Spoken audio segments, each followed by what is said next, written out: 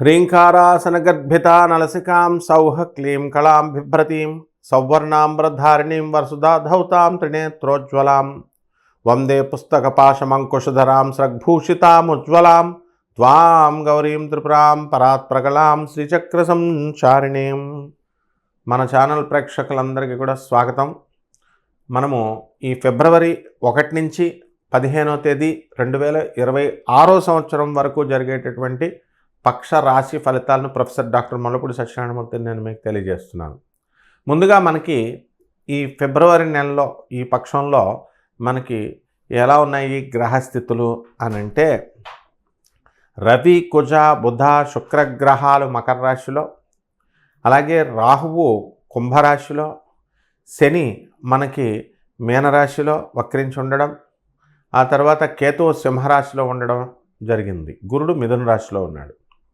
ఈ యొక్క గ్రహ సంపుటి వలన మనకి ఆల్రెడీ చతుర్గ్రహ కూటమి జరుగుతుంది. ఇక త్వరలో మనకి మన పక్షం దాటిన తర్వాత పంచగ్రహ కూటమి జరుగుతుంది. కాబట్టి ఈ చతుర్గ్రహ కూటమిలో మనకి ఈ యొక్క 12 రాశుల వారికి ఈ పక్షంలో జరిగేటటువంటి రాశి ఫలితాలను నేను మీకు ఒక్కొక్క రాశి వారికి వివరిస్తాను. మకర రాశి, ఈ మకర రాశి వారికి అందరికీ కూడా జన్మంలో మనకి ఈ రవి, కుజ, బుధ, శుక్రగ్రహాలు చతుర్గ్రహ కూటమిని ఏర్పాటు చేస్తున్నాయి. అలాగే ఈ రాశి వారికి అందరికీ కూడా మనకి అనుకున్న పనులు అనుకున్నట్లు ముందుకు వెళ్ళిపోతాయి.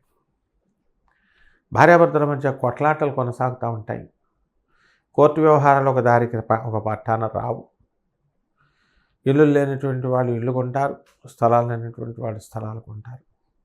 కొత్త వ్యాపారాలు మీరు ప్రారంభించడం అనేటటువంటిది జరుగుతుంది. అలాగే ఈ రాశివారు చేసేటటువంటి ప్రతి పనిలో కూడా ఒక నవ్యత, ఒక సృజనాత్మకత అనేటటువంటిది కనబడుతుంది. మకర రాశి వాళ్ళు భార్యాభర్తలు వేరే వేరే చోట్ల ఉద్యోగాలు చేస్తున్నటువంటి వాళ్ళు, వీళ్ళందరూ కూడా ఒక చోటికి రావడం అనేటటువంటిది జరుగుతుంది. ఇద్దరు కూడా చాలా సంవత్సరాలుగా వేరే వేరే ఉద్యోగాల్లో చేసుకుంటూ ఉన్నారు, ప్రభుత్వ ఉద్యోగాలు అయినా సరే. కానీ సుఖం లేదు అని బాధపడుతున్నటువంటి వాళ్ళందరికీ కూడా మీరు ఒక చోటకి రావడము, కలుసుకోవడం అనేటటువంటివి జరుగుతాయి. అలాగే ఈ రాశి వారందరికీ కూడా స్పిరిచువల్ బెంట్ ఆఫ్ మైండ్ అనేటటువంటిది రావడం జరుగుతుంది. ఇక ఎప్పుడు కూడా పార్టీలు, పబ్బాలు అంటూ తిరిగేటటువంటి ఈ యొక్క మకర రాశి వాళ్ళు ఇప్పుడు మానేసి కొంచెం సంసారపక్షంగా ఉండడానికి ప్రయత్నిస్తారు. కొత్త కొత్త వ్యాపారాలు ప్రారంభించాలని చెప్పేసి రకరకాల ప్రయత్నాలు చేస్తూ ఉంటారు.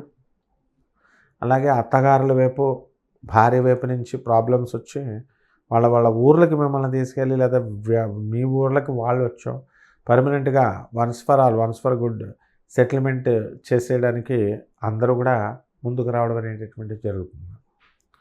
అయితే మీరు ఎంత తప్పించుకోవాలని అనుకున్నప్పటికీ కూడా ఈ టైంలో మాత్రము ఈ ఫిబ్రవరి 1 నుంచి 15 టైం 2026 సంవత్సరం వరకు మాత్రం వెళ్ళలేకపోవడం అనేటటువంటిది జరుగుతుంది. కాబట్టి పరిహారాల దగ్గరికి వచ్చేసరికి భారీ అష్టమ కేతువు నడుస్తున్నాడు. విపరీతమైనటువంటి సమస్యలు ఈ కేతుగ్రహ ప్రభావం వలన, ఆత్మహత్యా సదృశ్యమైనటువంటి సమస్యలు, దీని నుంచి ఎలా బయటపడాలని నిరంతరం మీరు ఆలోచిస్తూ ఉంటారు. కాబట్టి పరిహారాల దగ్గరికి వచ్చేసరికి ఈ యొక్క రవి జపం చేసుకోండి, రవి స్తోత్రాలు చదవండి. రవికి కిలోంపావు గోధుమల్ని, ఎరుపు రంగు వస్త్రాన్ని ఇచ్చి పేద బ్రాహ్మణులకి మనము ఆదివారం నాడు ఉదయం 6 గంటలకి దానం చేసుకోవాలా. దశమహావిద్యల్లో ఒకటైనటువంటి మరి ఈ యొక్క తారా అమ్మవారి యొక్క హోమాన్ని మీరు మీ ఇళ్లలో చేసుకోవడం, ఆ మంత్రజపం అనుష్ఠానం మీరు చేసుకోవడం ద్వారా బ్రహ్మాండంగా మీకు కలిసి వస్తుంది. అలాగే జిల్లేడు ఆకులతో, జిల్లేడు పుష్పాలతో తీసుకొచ్చి మనకి శివాలయంలో శివుడి పైన అర్చన చేసుకోవడం ద్వారా బ్రహ్మాండంగా ఉంటుంది. శుభమస్తు.